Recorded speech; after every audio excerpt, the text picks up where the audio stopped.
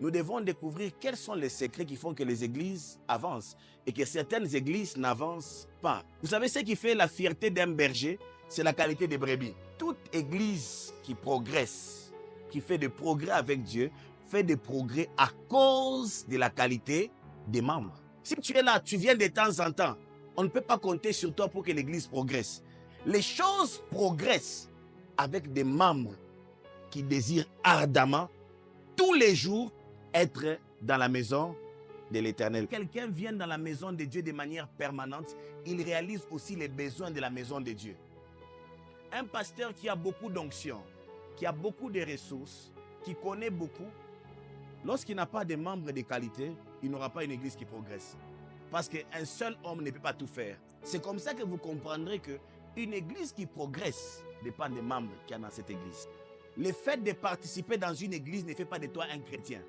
Lorsque Jésus viendra, Jésus ne viendra pas pour l'église missionnaire Pierre Vivante, ou bien pour l'église La Borne, ou bien pour l'église je ne sais pas laquelle. Jésus reviendra pour ceux qui ont cru, ceux qui ont la foi en son nom. C'est comme ça qu'on devient membre de l'église universelle par la foi.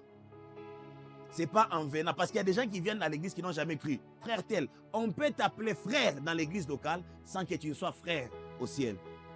La nouvelle naissance est la clé pour être membre dans l'église universelle, mais aussi être un membre efficace et récompensé dans l'église locale. Vous savez, ce n'est pas tout le monde qui sert Dieu dans l'église locale qui sera récompensé au ciel. Donc il est possible que tout le monde te connaisse à l'église. Frère tel, sœur tel, tout le monde te connaît et que Jésus ne te connaisse pas.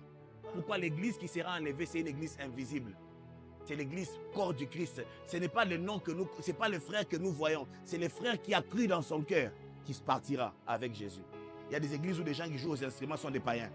Ils viennent, ils vous chantent, ils vous jouent, ils vont danser, vous transpirez même. Et tout le monde dit waouh, quelle louange! Mais le jour où on arrivera au ciel, les frères là qui jouaient le solo, on ne va pas les voir. Parce qu'ils n'avaient jamais cru en Jésus.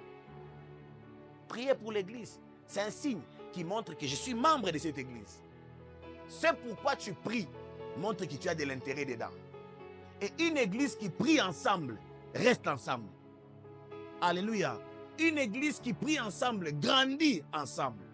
Quand tu vois les dimanches, peut-être la chorale n'avait pas bien chanté. Seigneur, j'ai prié pour la chorale. Quand tu remarques peut-être qu'il y avait un problème au son, au lieu d'aller critiquer, tu pries. Un homme qui prie critique moins. Est-ce que vous savez ça? Dans la vie, il y a deux choix. Soit ceux qui critiquent, soit ceux qui prient. Mais ceux qui prient n'ont plus la force de critiquer.